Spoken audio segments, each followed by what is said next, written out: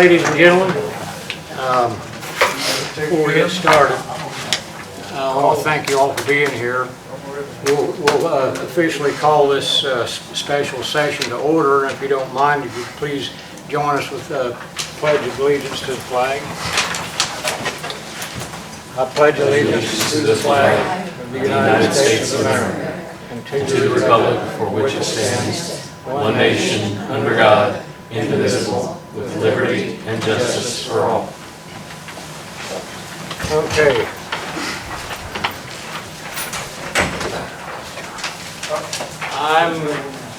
I'll stand here for the moment, and before I introduce our guests, I wanted to share some information with all of you, you folks in the room, and especially those that will watch this proceeding from home. Dale, would you pull the microphone closer to you, please? Okay. Thank you. Is that any better, Shirley? Much better, thank you. Okay. But I'd like to give everyone a short chronology of the events that brings us here today. And this story starts on July the 1st, 2014, when House Enrolled Act 1006 became law to amend the Indiana Criminal Code that created felony classes 1 through 6. Now, a tricky part of that piece of legislation that caught a lot of people by surprise allowed the felony level 6 offenders to be sentenced to county jail rather than state prisons. And we were warned at that time, brace yourselves, get ready, your jails are going to just be flooded with inmates. Is that right, Joey? That is correct. So by mid-2015, we were certainly feeling the effects of the House Enrolled Act 1006. And fast forward to September the 22nd, 2016, Fayette County received its first letter of non-compliance from the Indiana State Jail Inspector. And they had 10 citations in that letter, 4 of which were directly related to overcrowding in the jail. Our first reaction to that situation was we did start adding some staff at the jail. Then on March the 29th, 2017, a second letter of non-compliance came in. 6 citations were related to overcrowding at the jail, and we were given 90 days to submit a plan of action to correct the situation. So then on December the 4th, 2017, our county attorney at the time responded to the state jail inspector's office with a plan of action promising expansion of community corrections. On October 16, 2018, after months of negotiation with owners of the old Dollar General store, the Community Corrections Board agreed to buy the old Dollar General store with CTP funds for $110,550. So that building was secured in the fall of 2018. In early 2019, a feasibility study was called for. We collected bids from DLZ, an engineering firm, and an engineering firm called RQAW. They submitted bids on the feasibility study, and the award was given to DLZ. They were the low bidder on that proposal. July 2016, or no, July the 16th, 2019, we met with DLZ and provided information for direction on that matter. Then came 2020. And just about everything stopped in early 2020 due to the COVID pandemic. Everything got kind of put on hold. So finally, by August the 4th, 2020, we did receive a feasibility study that many of you have seen from DLZ. And they, in their study, they outlined 4 different scenarios for the project. One was to expand community corrections and house female offenders at the Dollar General location. Another was to expand the current jail, and 2 others were to build new jails, both of different sizes. So, if you haven't seen one of those, I think just about everyone here has seen them. They were very, very detailed and very explicit in their content. All those proposals were fairly expensive. Now watch this. Of those 4 proposals, just to renovate the Dollar General store at a price per bed view came in at a maximum of a little over $44,000 per bed at the Dollar General store. You think, good heavens, there's no way, that just sounds ridiculous. But it gets better. The proposal to expand the current jail came in at over $97,000 per bed. The next proposal to build a new jail at 233 beds came in at over $125,000 per bed. And the last proposal to build a new jail, a $34 million project, by the way, with 291 beds, came in at over $116,000 per bed. So when you consider those things, that $44,000 per bed didn't sound all that bad. So we were asked by the council at a October 2020 presentation where the council had invited the engineering firm RQAW to come in and critique the study that DLZ had done, which they did, and the council then asked for more investigation, more information, which the commissioners has consistently tried to do. Then on November the 13th, 2020, we had an independent financial review done from the firm of Baker Tilly to examine our finances from a totally independent perspective. And their conclusion was the absolute most amount of debt this county could afford to maintain was between $8 and $10 million, which only gets you not even a third of the way to one of the larger projects. So it was just simply a waste of time to keep looking at new jail. It doesn't make dollars and cents. So there's no need to even look at something you know you can't afford. So the commissioners have continued to look at the prospect of converting the Dollar General store to expand the community corrections program for women and also to house female offenders.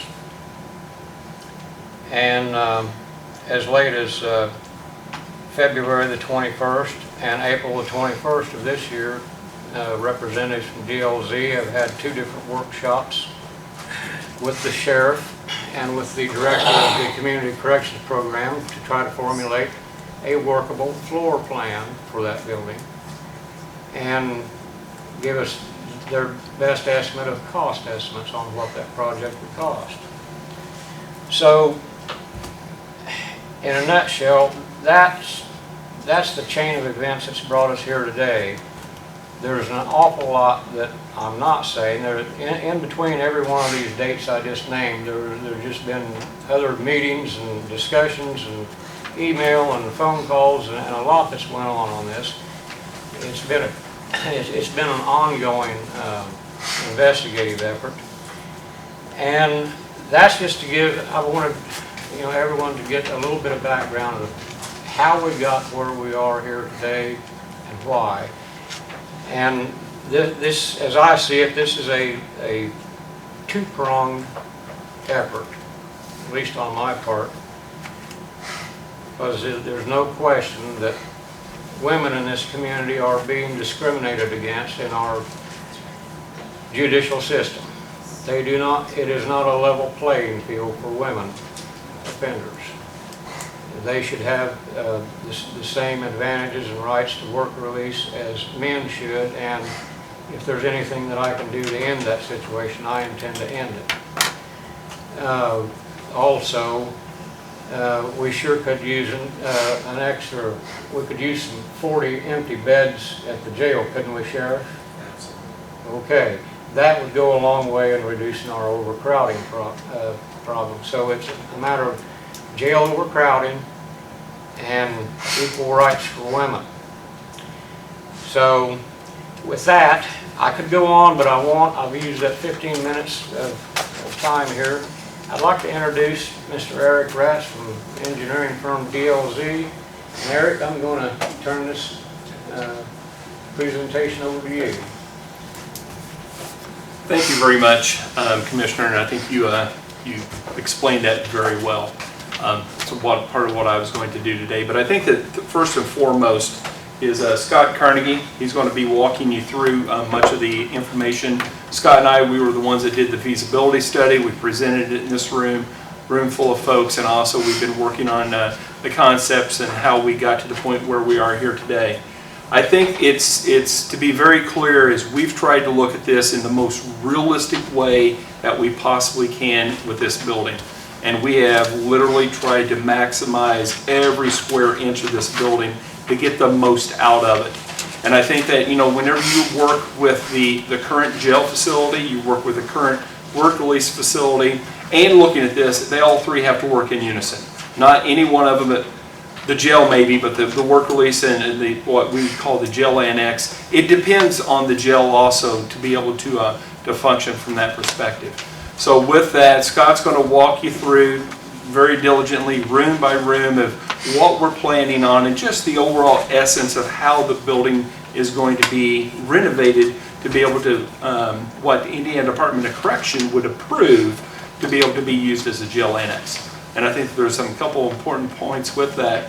And then also, whenever you will start to see the construction cost, that is reflective of today's construction cost. That's not something from 2 years ago or 2 years out. We've looked at it from a bidding period this fall, just as a point of reference of what that could be with the overall cost for that. And then a very realistic project schedule of what could be in place. Understanding that we had to look at a snapshot in time for the schedule as well as for the construction cost. The big decision on is if Fayette County wants to do this and how you want to do it and how you'd like to move forward. So if it takes 6 months or a year to decide to do that, or 6 days, then cost and schedule can be reflected upon what those decision dates are with that. So Scott. All right, thank you. Is the audio okay? You guys hear me over there? Okay. All right, I'm going to try to talk loud so everybody can hear me. First of all, thank you to the sheriff, the work release director, Dale. In particular, you three have been instrumental very accommodating. As Dale mentioned before, we've met 2 or 3 different times to refine the floor plan the best that we can to meet the needs of Fayette County, and this is what we're here to present today. If you look in your handout, the presentation is just identical to the handout that you have. I need a handout. I got one. Oh, sorry. Thank you, sir. Does everybody else have one?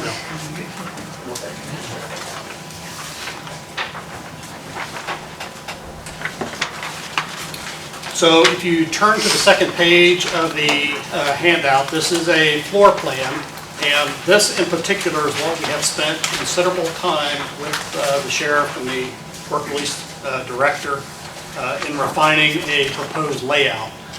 You can see that there is a color legend over to the right, and then the bottom squares in the bottom, that is the net rated beds. When we say rated beds, according to the Indiana Department of Corrections, you count every sleeping surface with the exception of padded cells and detox. So you can see that in this rated plan, I'm going to walk you through it, but you can see the women's work release. It nets us a total of 18 beds. The jail in the dormitory style, which I'll explain that in a moment, we have a total of 36. And then in a cell style, we have a total of 8. So the total rated bed capacity, including the women's work release, is 62. And then we just added the padded cells down there at the bottom just because that is a space. So just for sake of orientation, north is kind of at a skewed angle. But down at the bottom, the visitor center, that's what most of you would probably consider to be the front of the building where the awning currently is. So that would be the visitor's entry. And immediately when you walk in, there's a vestibule there. There would be a work release office immediately to the left. There could be windows so that they could clearly see who's coming and going from in and out of the building from the vestibule there. I'm going to continue kind of around the left because it's kind of the administrative area. The dark blue area in the bottom left-hand corner is just a very modest break room. There's a few staff lockers in there as well. Refrigerator, sink, microwave, coffee pot. It's just very basic. The lighter blue immediately to the top there, that is a staff toilet area. And then the gray areas immediately above that, that is a mechanical and IT room. So that's where we would have our mechanical, electrical, IT, security racks, those types of things for the facility.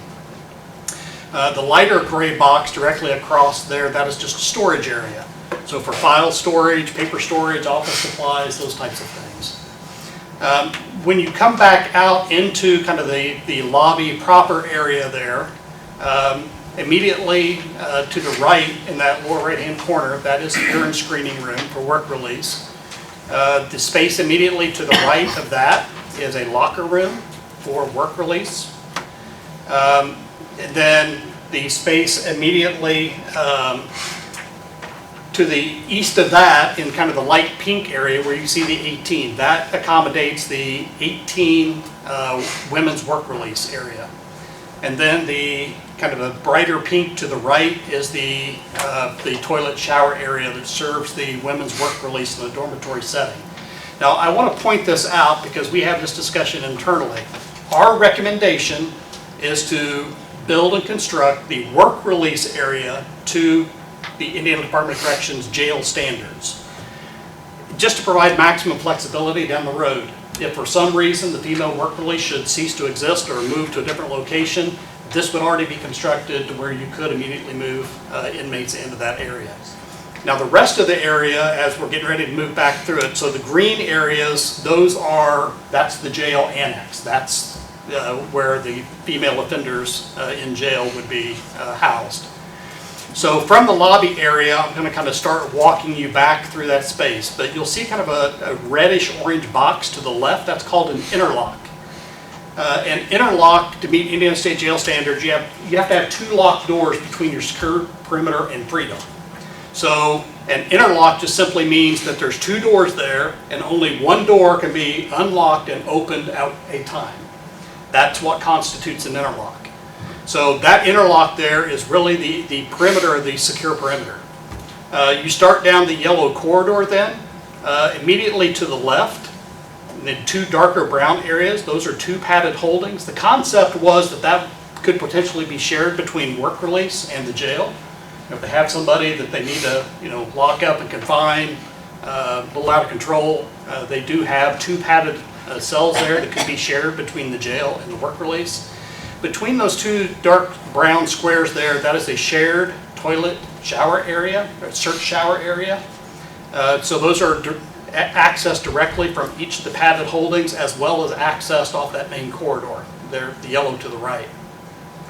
Across the corridor from there, you'll see a red area. Well, I did that in red on purpose because it's really kind of the heartbeat of a secure facility, and that's master control. So you can see master control. They have direct line of sight into the lobby area. They also have direct line of sight directly into the work release. They have direct line of sight down the corridor, down the secure perimeter. And they also have direct line of sight over into the padded holding. So oftentimes the padded holding, that's a location or an area where you want 24/7 supervision, eyes on, because they could be on detox or something like that. So that all worked out very well, very nicely. So when you start down the main yellow corridor, heading up to the top, over to the left, kind of the lighter green, with the number 8 in it, those are individual holding cells. Those are double bunked. So there's a total of 4 individual cells, double bunked, yields you a total of 8 beds. We have detention equipment, tables and chairs out there, which is required by the Indiana Department of Corrections. We also have a toilet or a shower area out in the day room area with toilets in each of the individual holding cells. I'm going to jump across the hall to the right now, kind of the bluish green, where you see a 12. Just so you know, those 3 areas that are highlighted in that particular shade of green, they're all identical. They're just mirror imaged. So the bottom one, if you drew an imaginary line between the toilets and that wall, I would mirror image it, to the north. And then if I drew a line in the middle of the vertical corridor, I could mirror image that one over to the left. So they are absolutely identical. But that particular shade of green, that's what we refer to as a dormitory style setting. So it would make you think a lot of a work release as far as the beds in the space, the bunks in the space. They are double bunked, but they're not confined to a holding cell like the lighter green would be. But you can see that then would yield you a 12 beds, sleeping surfaces in each one of those green areas. The blue areas, those are the toilet shower areas. And again, all of this is, per the Indiana Department of Correction jail standards. And then similarly over to the left, as I mentioned before, that's just completely mirror imaged. So over on the left-hand side of the corridor, that yields you 12 beds as well.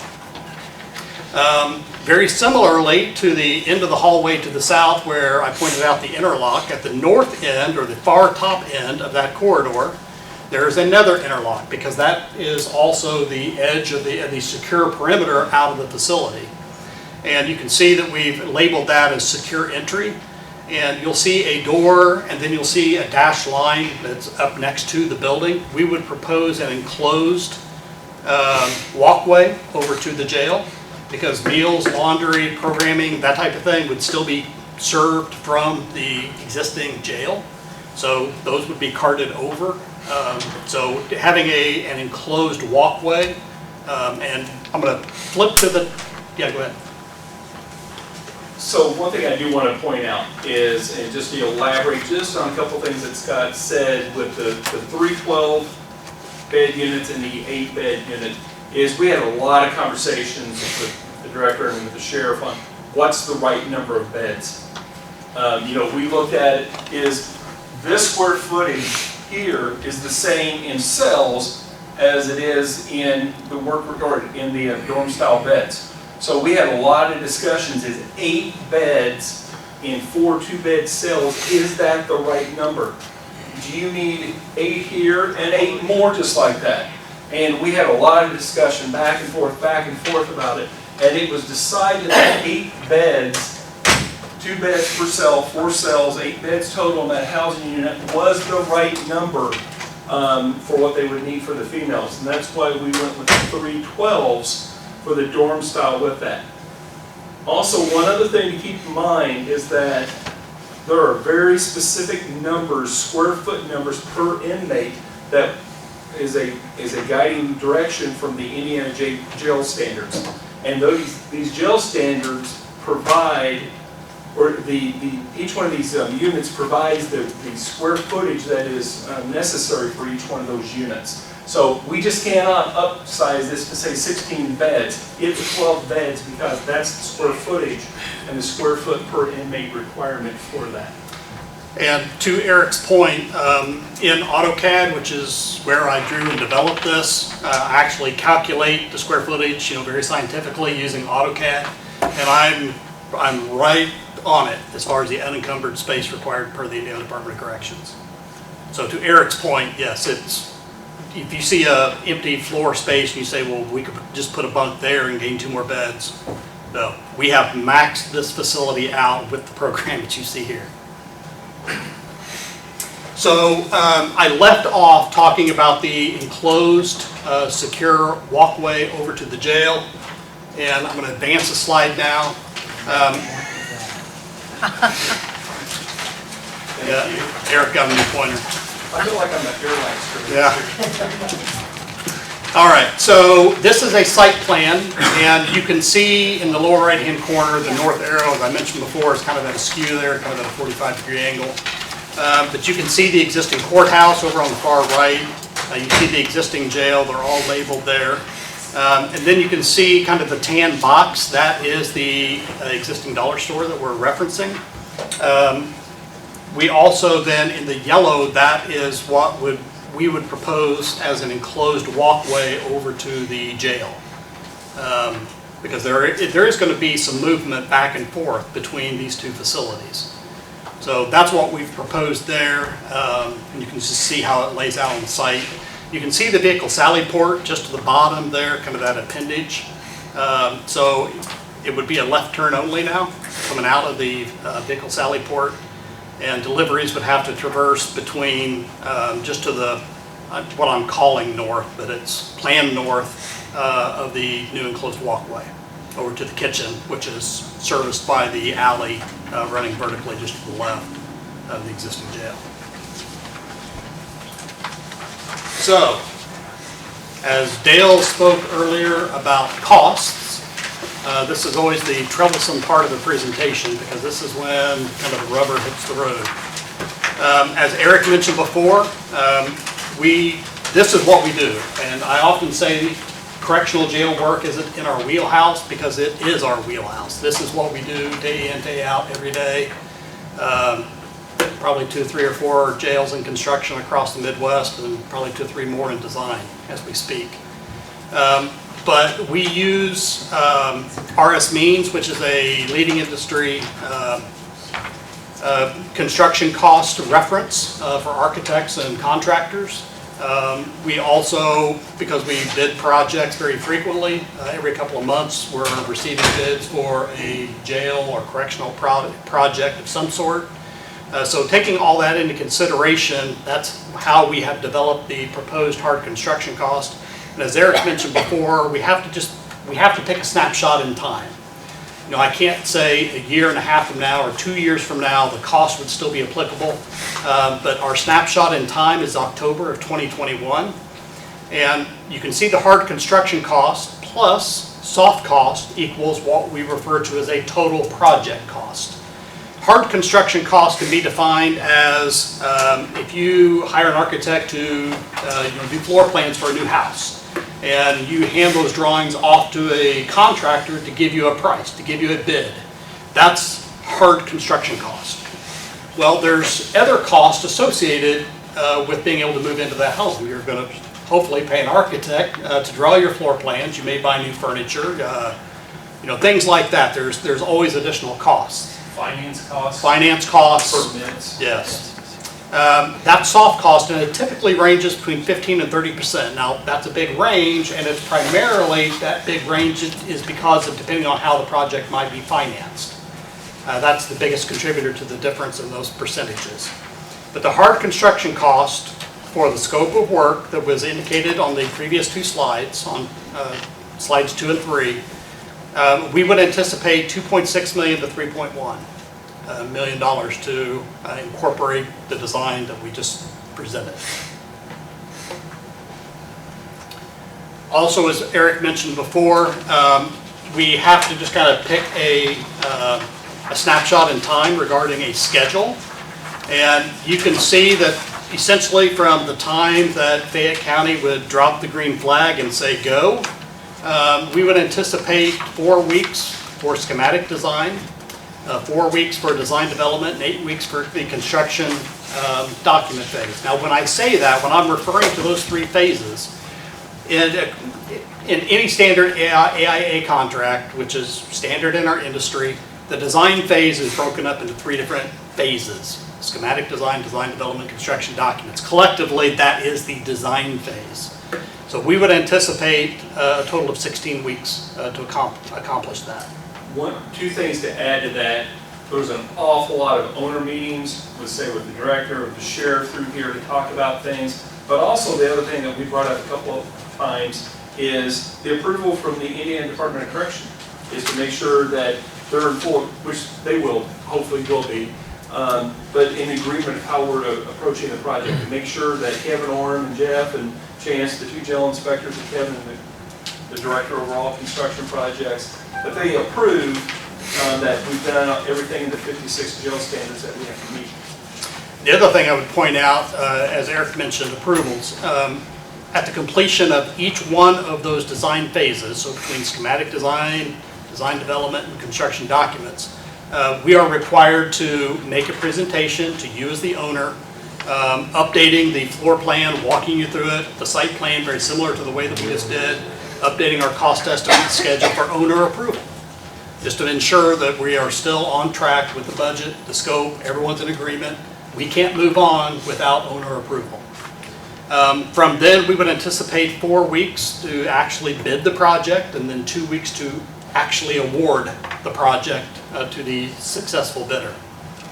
We would then anticipate 32 to 40 weeks of construction and 40 weeks for project closeout and completion, for a total of 58 to 66 weeks from the time that Fayette County would drop the green flag and say go. So that would be our anticipated project schedule. So one other thing I would like to point out specifically about the cost on the project is that we've looked at this as, this is not a temporary fix. This is a long-term solution for Fayette County. Is that, we're looking at the materials, the systems that would go into this, just as if you were building a facility to make sure that you're getting the best value for the cost that you're looking at. This is not a temporary fix. This is just not hey, we'll do this for a few years, then we'll do something. This is something that can be used for multiple years. And to that point, you heard me say before that our recommendation would be to build a work release area to the Indiana State Jail standards, just to maximize flexibility. Similarly, for whatever reason, let's say 10 years, 15 years, Fayette County decides that they build a new jail, you could utilize this entire facility as the female work release. So it goes both ways. So, questions and answers? Typically, how many women do you have in the jail, in the system right now? Or on a regular basis? Right now, it's been the biggest increase in our population in the past 5 to 10 years. So right now, we'll have about 35 to 40 female inmates right now. So plenty around. Yeah. Okay. So this building would only be for women, correct? Correct. Hallelujah. As a defense attorney, something I see, there is no visitation, and there is no area for lawyers to speak with their clients. I assume with that secured entry into the regular jail, you just have them utilize those areas? Yeah, that's the concept, as well as the laundry, kitchen, program space, rec space. Visitation could still be done, could you go back to the floor plan? Visitation could still be video visitation, but if you need a contact visitation, an attorney with the in custody inmate, they'd have to go to the other facility for that. And that's what I was saying is that for this building to work, to get as many beds as we possibly can in there, we still have to use the existing jail. Or we lose beds. I mean, it's moving towards a lot of video conferencing. I mean, I'm loving the idea of video conferencing, I mean, almost exclusively. So, I mean, if that's something we can get working, then We was going to give you a 10. they're gonna give me a tip. Hey, I would be okay, I'd pay for space in there. Drop business cards on the floor, too. Yes, Jeff, As far- because it's all women, As right? far as visitation, right now, we don't have any in-person visitation as far as families or anything. Right. We still have attorneys that come in. Does this, but you know how in the current jail, you can go in and you can do that they would still, the visitors would still be able to go in the current jail, and then you'd have similar cameras set up in there. Right. So that wouldn't really change as far as Lobby area. family visitation wouldn't change at all. Right. The only time it would be a headache for you is if an attorney comes in to see him, you have to kind of walk him around, but that's no different than getting them out along the blocks anyway, right? Right. But I do think it would be, at least it seems to make sense, that secure entry probably needs to happen. Yeah, yeah. Or whatever that secure, whatever you call that. I have a couple of comments. I'd like to hear from Michelle and Joey on your thoughts of the floor plan. We met a couple times on the floor plan. I think it will work. They've made a few changes that we suggested. And as we go forward, I know there's a final, if commissioners and council decide to move forward, that there's a time, if there's something that we want changed, there's a time in there for final design. But I have no problem with it. Yeah, I mean, one thing that we're not talking about, hasn't been discussed, and obviously the council will be something, will be a big cost, is we don't have the staff to run that. We're going to have to add staff, and probably a lot of staff to run that. So that's not been brought up. But it has been discussed in our workshops, so nobody that's been in those workshops is not aware of that fact, but it is going to take at least 3 people to run that at all times. We talked about 2, but that will not work, because you're going to have one person in the control room at all times. 1 person on the floor will not work, because if somebody fights, and believe us, that female inmates fight, and sometimes it's as bad, if not worse, than the males. 1 person can't break that fight up, and the control officer can't leave to go help them. So it will take 3 people. 3 people, and the staffing analysis, it'll take 15 people to run that place. At least 15 people. Question, Joey, since you ran that analysis, since how this is a dual operation building between community corrections and the jail, how does that staffing break up budget-wise? Because I know Michelle's already talked at our last council meeting about the number of people who are standing in line to work at her facility. And I invite anybody to go back to YouTube and play the last council meeting of her describing why people are shying away from wanting to work because of having to witness urine samples that they have to take for the prisoners going in and out. I mean, they have to witness it. It's not go in and fill a cup like you do at the doctor's office. And for some reason, people don't want to do that when they can get just a little bit less money and serve hamburgers. So we already have a staffing problem, especially with corrections. And Joey's, I think, is a little bit better than it was 3 years ago when I came into the council, even though I'm sure he's still having. It's no good. It's not much better. Not much better? Yeah. No, he's still short. Must be his boss then. Hey, they're getting ready to get a new one. Well, we don't have the second shift right now. So Yeah, we just lost 3 people off our second shift right now, so it is no fault of this council's, I'll say that. You guys have made tremendous inroads in making the pay a lot better, but it is hard to get people to work, especially in this line of work. Doing this job and working back here in this facility and taking 15 people, we have talked, you know, it will be a shared venture between the 2 departments to go back there. We have female guards that we plan on putting back there, but you know, there's going to be additional people that'll be at. How many female staff do we have now? We have, that's a good question, 7 female staff right now. We usually have 8, but we're short 1 right now, so the 8 would go back there, but then we have to replace those 8 with males in our facilities, so again, we're gonna have to hire 15 people to run that, whatever she can give up. It's gonna take some staff though. I do have definitely one person over there on day shift all the time. I've kind of looked at that.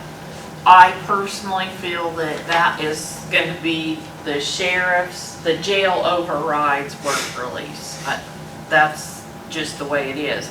And I think that all the staff over there that's hired as jail to take care of all the inmates there should be under the control of the sheriff's department. Because if I don't want my staff going in the secure side, Joey and I have no problem, Zach and I have no problem. We don't know who's going to come in there next, and that they may say they don't want nothing to do with work release. I've already had somebody threaten for one of my people leaving a pencil in a cell block to arrest him. So I think he should have, or the sheriff should have all control, and then I can supplement those salaries either by stipend of how many people are there, or by contract, just like we stipend IT services. I pay so much towards IT every year. There's ways to work that out, but I don't think you can mix, put 15 people in there to staff it, and X amount sheriff's employees and X amounts community corrections. How do you two feel about that? There's gonna have to be some type of...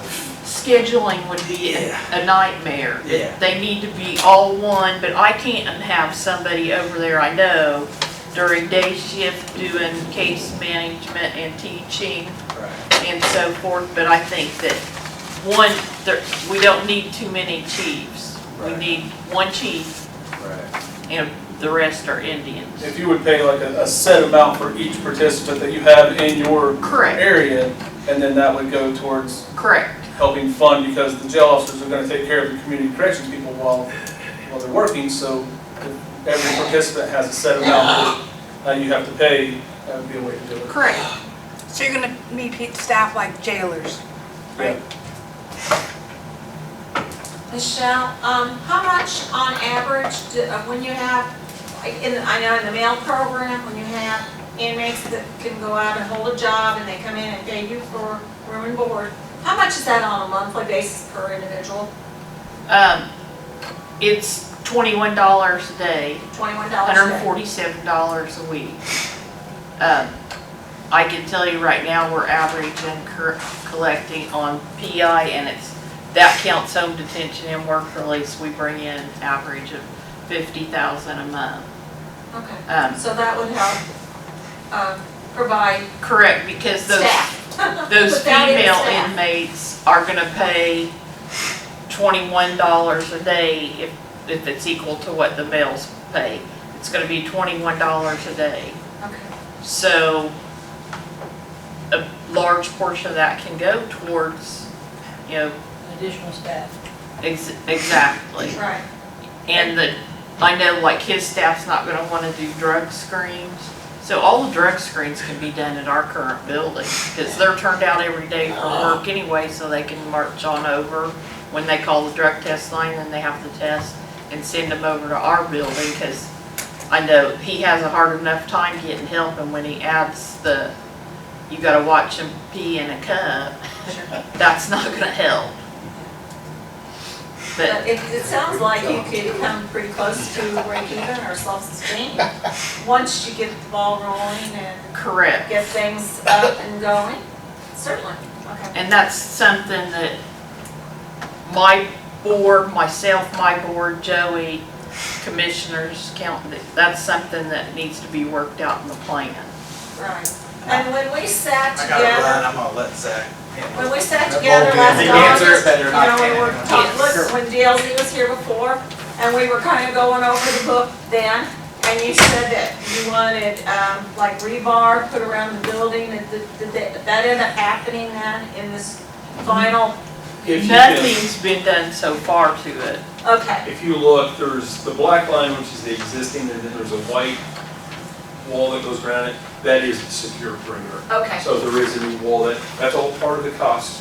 It's in the estimate. Yes, I figured it Yes. would be, that's why I was asking, Yes. because rebar's not inexpensive. And then how we've addressed the daylighting, the natural light for the inmates is, you can see these elements, these are skylights that we can put in instead of windows.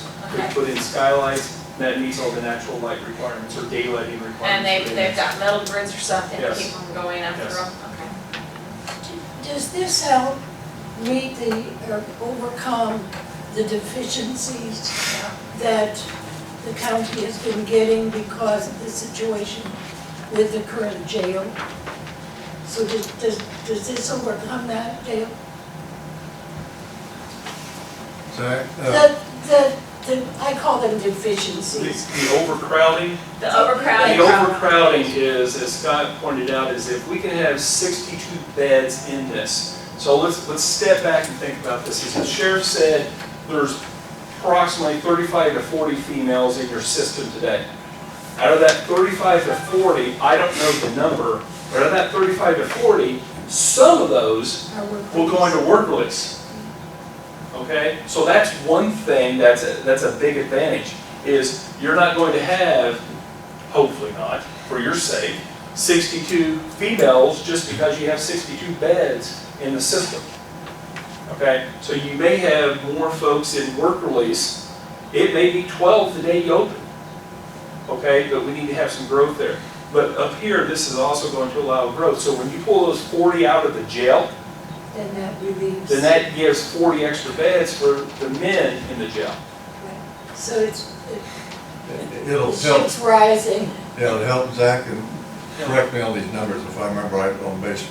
The jail currently was designed for 114 inmates. Yes, sir. From what I've heard from Joey since he's been in office, that number varies from 135 up to maybe 160 almost. Yeah, and right now, we're actually low, we're down to about 122 right now. Yeah, so they're it just low, but they're varies. still overcrowded.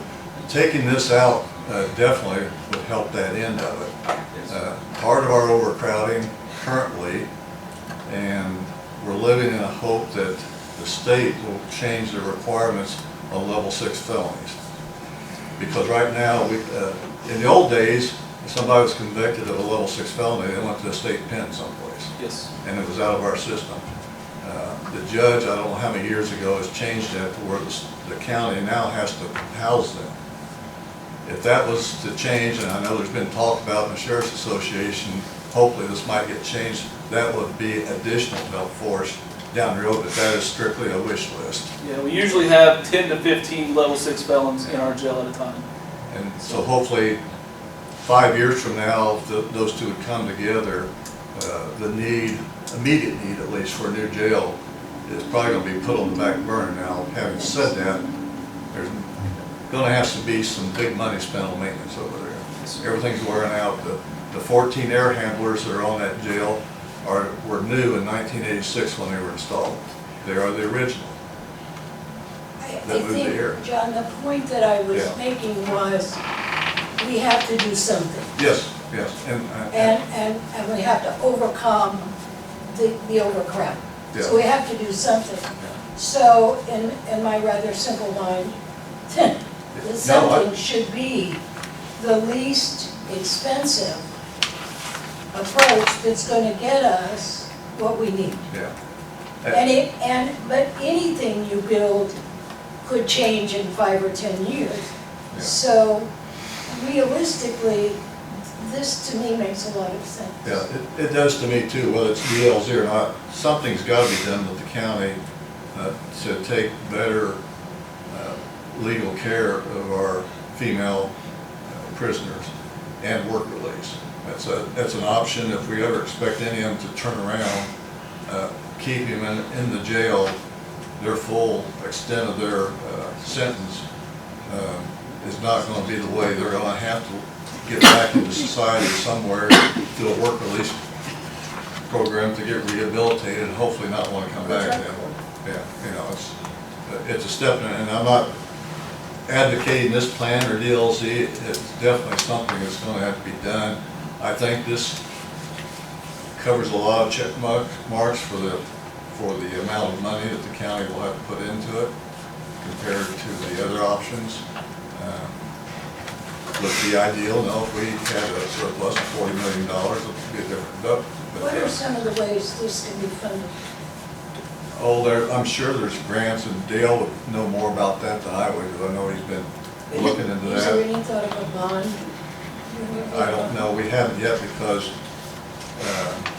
that will happen. Basically, the commissioners decide, we want to do this.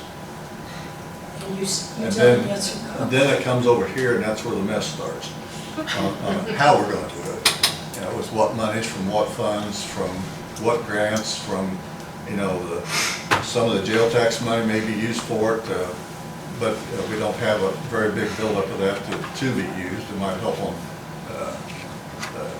I'm sorry, Mr. Name again. Might help Scott work his AutoCAD for a few weeks, but, to get some plans done, but, you know, it's not the answer to fully finance it. And, I think it's doable, but that's all I'm gonna say right now. I'm not gonna say I would vote for it tonight, but it's in the right direction. Well, there is a building, Yeah, exactly. and it's sort of like the Kmart project that I was a part of, and the longer we tried to get that done, the building was deteriorating to the point where now It's almost gone. there's some rubble. Yeah, and it's on hold right now. In case you don't know that, so. Unfortunately, they found asbestos on the site, Oh, I'm sure. so. They should have looked at I gotta ask, what's all the cars out there in the lane out there for? For Oh, the Food Council had a food Okay. distribution today. That's the reason I was late. So. Okay. Good. They weren't lined up Thank to you, get John. concrete block. Sir, the average population of the jail is 140, right? I just looked at all the past jail reports that I've done, and over the last 10 years, it's right around 140. 140. A max of 186 Okay, 2 years ago, and a low of about 95. okay. And the average women's population is about 40? Yeah. Okay. And how many of those 140 are eligible for work release but not on work release? And when I say eligible, I mean legally eligible I would think on average. probably half of them. Half? I would think. I would go more than half. That's up to the prosecutor Mhm. whether they offer that in the plea agreement. By the charges they're in there on, they're probably all pretty much eligible. I don't know She if does you have any violent just a couple violent. or sex offenders. Yeah. I won't take a sex offender, Yeah. violent offender. Sure. The rest, if it's offered to them, would be. Are If they it's all offered. gonna have that offer? Absolutely not. But I'd say a large percentage would be. As a general rule, statistics-wise, females have a higher percentage of being eligible than males would. Yes. Because they're, the types of crimes don't exclude them as often. Okay, so how many that are on work release today are women? Pardon? There's none? Zero. No females. Yeah. No work release. I've been at community corrections since 2012, and in those 9 years, I have had 3 females that went to work release, but work release is jail-based, so they have to go to the jail, and there's no room for them in there. Plus, you have the trafficking issue but they had to stay in the holding We kept them in cells, holding because of the traffic issues. and there was no room. Yeah, and they sleep there, and then we wake them up and they go to work, but it occupies a holding cell, which we really need. Right. Okay. Are crimes becoming more violent? I think, yes, they are, just because of the drug epidemic, and people will do anything to get that, so yeah.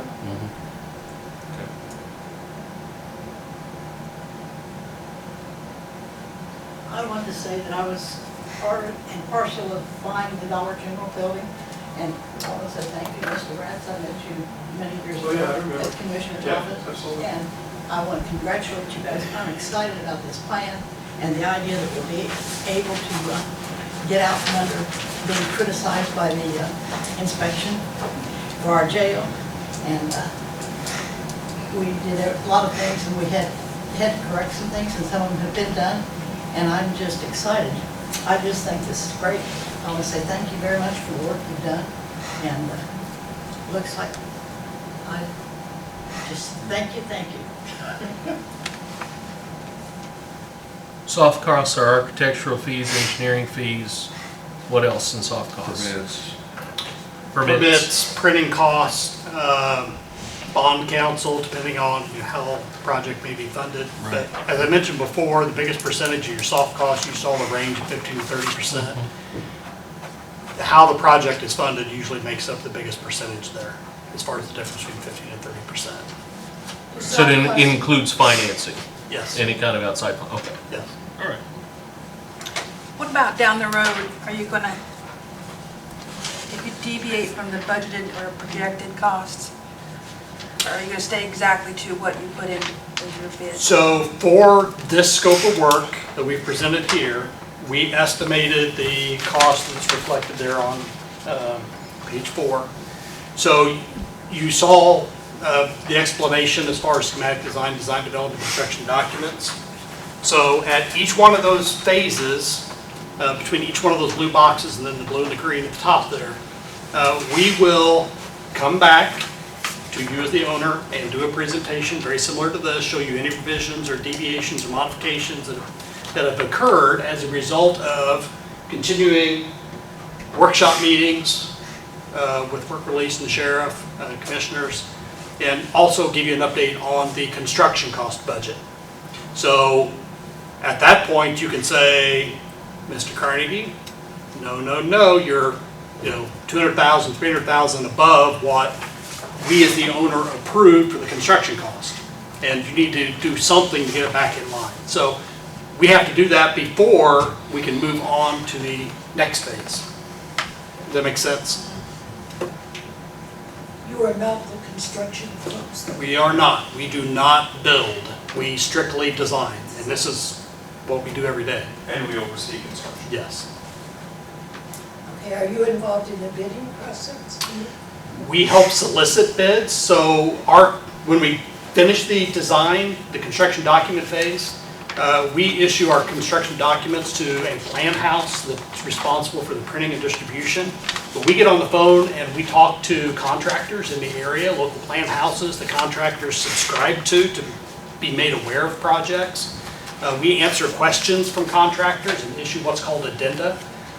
We participate in the receipt of bids and interpretation and make a recommendation during the bidding phase. And we do a pre-bid conference where we walk the folks through the existing building site so they can see how they're going to do staging of construction, where's the construction workers going to park, all those types of things. And then during construction, we administrate the contract for the owner. We're your eyes and ears on construction sites.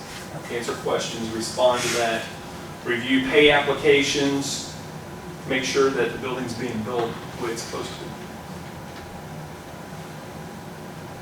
I think it's great. We're still looking at maybe 16 weeks or, no, 21, 4 or 5 months to get the approval process. And then maybe if we're lucky, get a bid out in October, and then a year to get it built, right? Approximately. So it's gonna be 2020, 13, 14 months from the time you say go to 2020. get through it. I mean, it's, the end of 2022, in other words, by the time we get all this stuff. Well, Vivian, the commissioners and the council still has to approve everything. Well, I Yeah. know that, but I'm just asking, you know. But this is just one company, because there was another company too. Yes, we have. So, more time.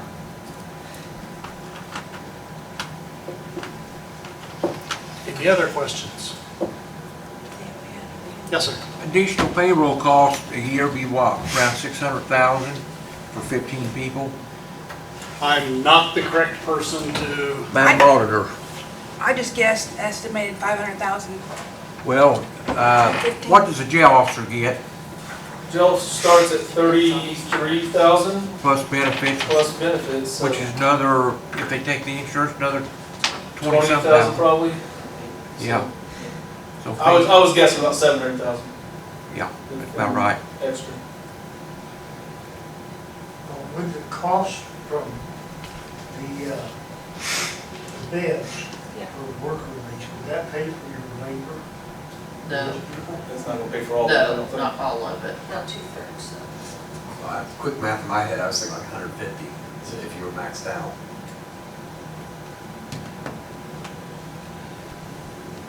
Cheaper than lawsuit. That's true. Attorneys are expensive. As they should be, John. We find us cheap lawyers. I will note one thing, because I think a comment it's justified about the number of weeks. What's driving this is the availability of materials. Is that whenever you're looking at detention grade equipment, and detention grade lock sets, things that go into a building, you can't go to Lowe's and buy this. And that's really what drives this. The local labor force, folks going on the job site doing the work, they can do it. But there's certain things that you just can't buy anywhere, and those detention grade equipment is what drives the construction.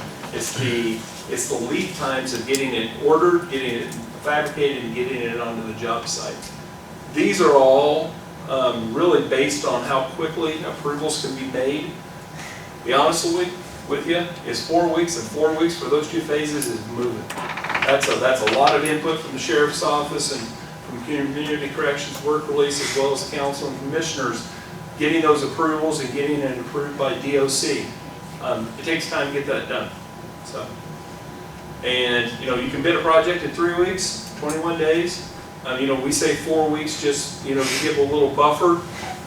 Typically, when you receive the bids, you take them under advisement, you go back, you meet with the contractor, make sure they fully understood the scope of work, that they did include things in their bid, and it takes a couple of weeks, then you come back to the next commissioner meeting to accept and award the contracts. The 4 weeks at the end of it is, once construction's done, the folks going to work in the building, they need to go over and they need to train on the new software, the new security electronics, how to control the building, the shakedown, the training, the procedures with it. Can you do it in 2 weeks? Sure. But we like to say 4 weeks just to make sure that the contractor is fully done and that you do your transition into that facility, do your shakedown of the building, and make sure everything works for that. So just a little bit explaining why that 13, 14 months, why it takes that long, just justify that a little more. I think if I was a contractor and was gonna bid a job like this right now, I would be awful scared on projecting my costs for next year. It's like that on any project. Labor availability is a huge driver in the marketplace. the one thing that I will say is a contractor at the time of year, and like I said, we just picked a snapshot in time of October. That would be an ideal opportunity for a contractor going into the cold winter months, where he's already in an enclosed environment of work that they can be doing in a controlled environment. That's very. Zach, do you have any input you want to put out there for anybody? We had talked in the meeting last month, and the padded cell wasn't included. I like that that's included because we use that quite often. The beds, I think that's about perfect. What is it? 36 beds and the 8 regular cells. This gives us the ability to classify inmates. The jail inspector is always on us because we can't classify because, and by classifying, that's serious felons, misdemeanors, sentenced people. This gives us the ability to do that, so that'll get him off our back for that, and that'll give us the ability in our jail also for the males to do the same thing. So sounds like a great idea. So I come up with the money, I guess. So this is, like, I agree with this, but this isn't our only problem in the jail. How long can we get by? Say we build this, how long do we have in our other jail before we have to dump a lot of money in that because the jail inspector's back? Is there any kind of idea of how? No, there's no really, right now, we need to dump money into it. Right, and then you keep, and you Yeah, the air hear about that all handlers the time, and I feel like we're putting a Band-Aid, and then we're gonna have another problem right on our hands right away, and that's would scare me about dumping the amount of money in that into an older building, and then versus just eating the cost ahead of time. I don't know, that would be where my reservation would be. I didn't know if you had any thoughts about that. The main thing he's going to ding us on is overcrowding. Okay. That's usually, we get that every time. The air quality, sometimes he says it's good, sometimes he says it's not, but the overcrowding is our big thing, and if we can avoid that, at any point somebody could sue us. Frank Jackson used to always preach, somebody could sue us and the federal judge says, you have to build a new jail, and then we have to. There's nothing, we have to. That's what he always used to preach when he was sheriff. And I And think so we're that's, back to my question that this will relieve the overcrowding for now, right? for the most part, yes. Now, when we get back up to 160, 170, we're overcrowded again. That's what I'm afraid of. Yeah, I mean, There's always gonna be that. Right, we have a very, very It's not an active easy police fix, or we department. already would have And done then it. there'll be 200. And we don't have that kind of money for a brand new jail. So one thing that we always talk about, I live in Morgan County, and I'd like to tell you just a little story on this. I lived in Morgan County my entire life, and 11 years ago we did a jail study. They had 239 beds in their jail, and they were running about 265, 270 on an, Morgan County is just the county south of Indianapolis, Martinsville, between halfway between Indianapolis and Bloomington. They were running 265, 270 all the time. Commissioner Norman Voiles at the time, January 1, he retired after 32 years, council commissioner, said, Eric, we need to do a jail addition. Scott and I would go and we'd do a feasibility study, and we came up with the idea that they had no work release, a functioning work release, I'll say that. And so we decided that everybody agreed we're going to add 200 beds to the facility. Okay? Again, one of the 10 largest jails in Indiana for a county that has 71,000 people. That's a problem to begin with, okay? So what happened was, as we told Norman Voiles repeatedly, we're going to up to 439 beds, designing all the beds to meet jail standards, but we're going to use some of them for work release. They're going to have their own entrance, they're going to have their own locker rooms, the whole 9 yards for that. And a couple of years later, he called and said, I have 391 inmates in my jail. And I said, well, let's meet and let's bring in some heavy hitters. Rod Bray, okay? You know who Rod Bray is? Okay? We brought him in. He's a year younger than me. We went to high school together. I said, Rod, you sit at the State House all the time. You need to hear this firsthand, how counties are talking about 1006, what it's done to the local jails. Okay? I'll tell you right now, as a taxpayer in my county, we're not going to go add a couple hundred more beds just because we keep putting more people in our jail. What can we do to make sure that we don't have 391 folks in our jail with 71,000 people in the county? Okay, so we went through a study with them, and the entire thing was much more just eye-opening. And you all do it today, otherwise your numbers would even be higher. But what can the whole justice system do to keep the numbers down? So they really weren't doing anything because they had the beds. And they just kept putting people and people and people in the jail. You look at their numbers pre-pandemic, they got it down to around 310, 315. And that was really just looking at making sure that whether you're overcrowded or under occupied in the facility, you've got to work just as hard to keep your numbers down. Just because we take 40 females out of the jail doesn't mean we can fill them up with 40 males going into that facility. You gotta work just as hard to keep your numbers down, even when you do have those extra numbers. Or you'll be like any other county that's went out and built bigger jails, and you see their numbers just continually going up. That's not the solution, so. I might add, besides that, it gives the women a work release program, which the men have had for how many years now? 15 years, Michelle? Since 2009. is when the 2009, the facility men have had an opened. opportunity to do work release, the women had had no opportunity to do that, from what I understand. Maybe those few three that you were talking about, but Correct, virtually none. yes. And I always said, we're looking for a lawsuit from women who say, I don't have the same opportunity that men have in this county.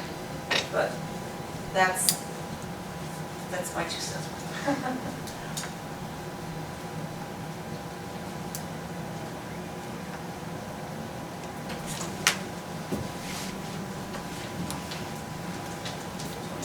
Any other questions?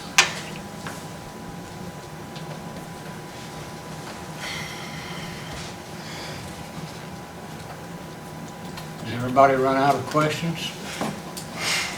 Dale, did you look at, did they change the parameters on any of that COVID money that the county's getting? There is some recent new guidance that has come out that I haven't had an opportunity to hear yet. Yeah, I knew you were waiting for it. I don't know yet what that says. But, you know, Might be a big answer. the commissioners and the council hasn't had a serious discussion about funding a project like this, and there are more than one options certainly to look at. And as we all know, there is no such thing as a cheap or easy solution to these problems. But it would be really silly for the commissioners to bring anything in front of the council that we know we couldn't afford to begin with. And we all know that building a new jail is totally out of our reach. It's just not fundable. There's no reason to even consider such a thing. So that's the reason we are standing by this plan, because it is something that we know we can fund. We can do this. So anything more than that, there's no sense in even talking about it. Thank you. On behalf of DLZ, thank you. It's been a true pleasure working with Work Release, Sheriff's Office. Dale, your involvement as well has been instrumental. Any questions, you know, you think of the next day or two, if you would, funnel them maybe through Dale, and I'm sure they'll make their way to us, and more than happy to address or come back and, you know, address anything that they need to. So, thank you. Well, on behalf of the commissioners and the council, I want to thank all three of you from DLZ for taking the time out to visit Connersville. Again, you've been here a number of times, and I certainly do appreciate the effort you put into this. And I'm sure that in the fairly near future, the commissioners and the council will have further discussions on this matter. And if we need any help we need with it, you folks are going to be the first ones we call. Or I will anyhow. Thank you. Before we close things up, we've got Commissioner Munson and Commissioner Nobby are here. Dale, you or Marky, the one have anything, any comments you want to? I got one question. Can any part of this be put in the basement of the jail now?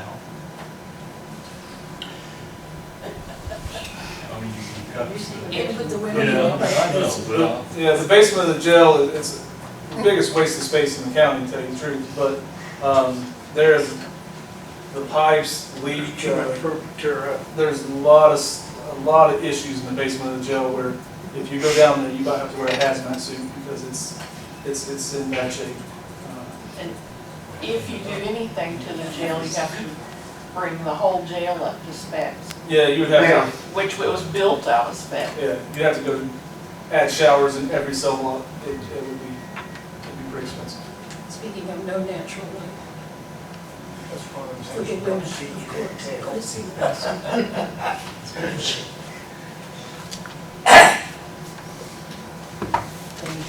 Mark, did you have anything you wanted to add? No, I'm good. Okay. Anyone else? Well, if that's it, thanks again, gentlemen, and you too, Christie, or Lori. And we will stand adjourned. Thank you all very much. Thank you. I need a business appointment.